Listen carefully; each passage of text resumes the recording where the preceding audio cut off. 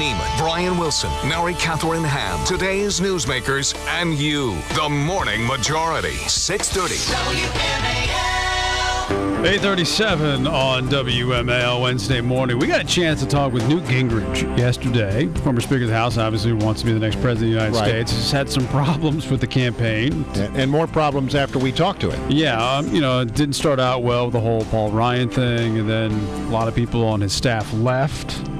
And then the problems with his wife. He was demanding NBC retract a story about his wife, that she was too involved. And we asked him about those things. We'll play you some of the sound bites from Newt Gingrich. The first thing we asked him was, it's one thing for a candidate to fire his staff. Right. Because he kind of said that this kind of things happen all the time. It's another for the staff to fire the candidate. And, where was the balancing act there? And here's what he said. It's baloney. We had two totally different models of how to campaign. They had a model which would have had me spend all my time raising money so they could spend it. I have a model that says that talking with you is part of the campaign. I'm going to, for example, there's a report I'm not going to be in Iowa. Well, I'll be in Iowa this Saturday with the Tea Party bus. I'll be back in Iowa for the 4th of July parade at Clear Lake. I think we have 12 days in Iowa in July alone. So he said it was a different philosophy, that he will be in Iowa, although then reports came out after we talked with him that two of his top guys who are in charge of getting money for him have left as well since that time. Brian asked him about the cruise to Greece. Okay, a cruise to Greece during the campaign of vacation. Was that a good use of your time? Well, I think it's a good idea to occasionally stop and think. Ronald Reagan went back to the ranch regularly. In fact, during his presidency, he spent 1 year out of 8 years, 1 full year at the ranch. And he did it deliberately. He did it to think. He did it to get distance from Washington. I wanted to make 2 major speeches, one of which I made last Sunday, a week ago in Los Angeles, on 9 major changes in our policy towards Israel and the Middle East. The second speech is the one I'm giving tomorrow on the Federal Reserve System and the banking system. And if you're going to be a candidate of ideas, there's a pattern that says the candidate's job is to raise the money to hire a consultant to write the speech. Well, that's not who I am. I actually believe in what I do, and I actually think ideas matter.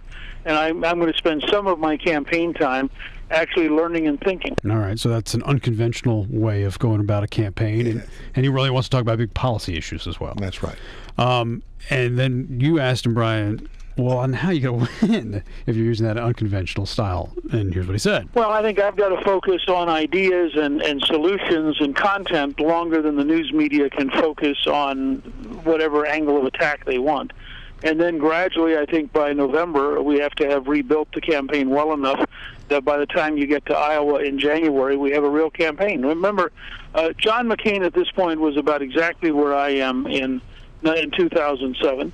Rudy Giuliani was the front runner for Republicans. Hillary Clinton was the front runner for Democrats. And surprise, surprise, neither of the front runners got nominated. So I'm taking a path that is parallel to, but a little different than John McCain's. But it's a very similar thing, an unconventional campaign. In his case, he went to New Hampshire, I think, did 100 town hall meetings. And people thought it was sort of a waste of his time. But in fact, in the end, he broke through, and that's how he did it. I'm going to give a series of speeches, and we have a website, newt.org. We're going to outline a bunch of big ideas. We have things like the new book, A Nation Like No Other. We're going to talk about the Constitution and the Declaration of Independence and what they mean.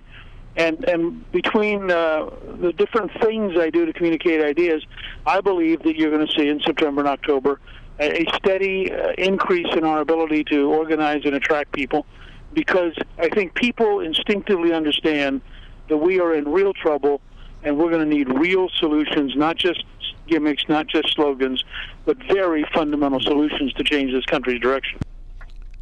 There you go. Well, here's the thing. All right, he's written a new book, and it's almost like he's on a book tour right now. Right. And he's making some major, policy speeches, throughout the country. And he says he's going to be in Iowa, but he's not out there campaigning in Iowa. He says he's going to be there Saturday, and that's all fine and dandy, and I understand what you're saying. It is an unconventional way of going about it, but there are reasons why people who are very organized win elections. Right. There's a reason why Barack Obama won the election in 2008 and won the Democratic primary in 2008, because he was organized and he was out campaigning. He says he's in the same place that John McCain was in at this point. But I'll tell you what, John McCain wasn't $1 million in debt at this point in his campaign, which we learned yesterday, as two of Newt's top financial people also walked away from the campaign. Yeah, I mean, unconventional is not necessarily a bad word, but when you're using it to cover what looks like pretty obvious misgivings that your entire campaign has had about you, then you're in trouble. Okay, then we got to the question about the staff, and the staff saying, anonymously, of course, not attaching their names to it, that Callista was the big problem, that she was too involved, and the reason why they wanted out. I thought it was absurd that consultants who were supposed to be on a confidential basis decided not only to quit and wander off, decided to quit and say things that frankly were not true. Callista's a very smart person. She's very talented. She's a pianist by background. She plays the French horn in the City of Fairfax band. She sings in the Basilica Choir. She helps produce movies. She's currently writing a children's book, so she's very talented. And she and I jointly make a lot of decisions, and it seemed to drive the consultants nuts that we actually thought together. We didn't automatically say, "Here, take control of my life, tell me what to do, and I'll be the candidate you want. You're in charge." Well, I spent my whole career, including the contract with America and the first Republican majority in 40 years, being actively engaged in what I'm doing, and in that sense, Callista is my partner in being engaged. Right. But it's my campaign. I made the decisions in the end, and I'm frankly pretty happy today not to be surrounded by consultants who I think had an obsolete way of thinking about how to solve America's problems. Well, and here we go. I mean, let's just be honest about this. I have a great deal of personal affection for Newt Gingrich. He's a great thinker. He's got a great mind, and he's always got wonderful ideas. This campaign, to begin with, was a long-shot endeavor. When you lose your entire campaign staff, when you lose your top financial people, and it is announced that you're $1 million in the hole, I'm sorry, no matter how innovative you want your campaign to be, how much you want to try to do a non-traditional campaign, this is looking like a very bleak effort. You just have to say that, and I don't see a pathway to victory here. And what I worry about is with all due respect to all these other candidates who say they're in the race but haven't really jumped in the race or don't have serious campaigns or aren't doing the right things in Iowa and New Hampshire, you got to wonder, is this actually going anywhere? Yeah, the other thing it tells me is that Newt Gingrich wants to be in control, and which is fine. He wants to call the shots, and he's going to do it his way. There's no way that I think that he would serve in a new Republican administration. There's some people said, he could be, somewhere involved in administration, a cabinet level position. After hearing that, it'd be hard for me to believe that he would want it. Well, I just kind of thought he would be an addition to the debates and an interesting part and a smart guy and floating all sorts of ideas and sort of making other people play up.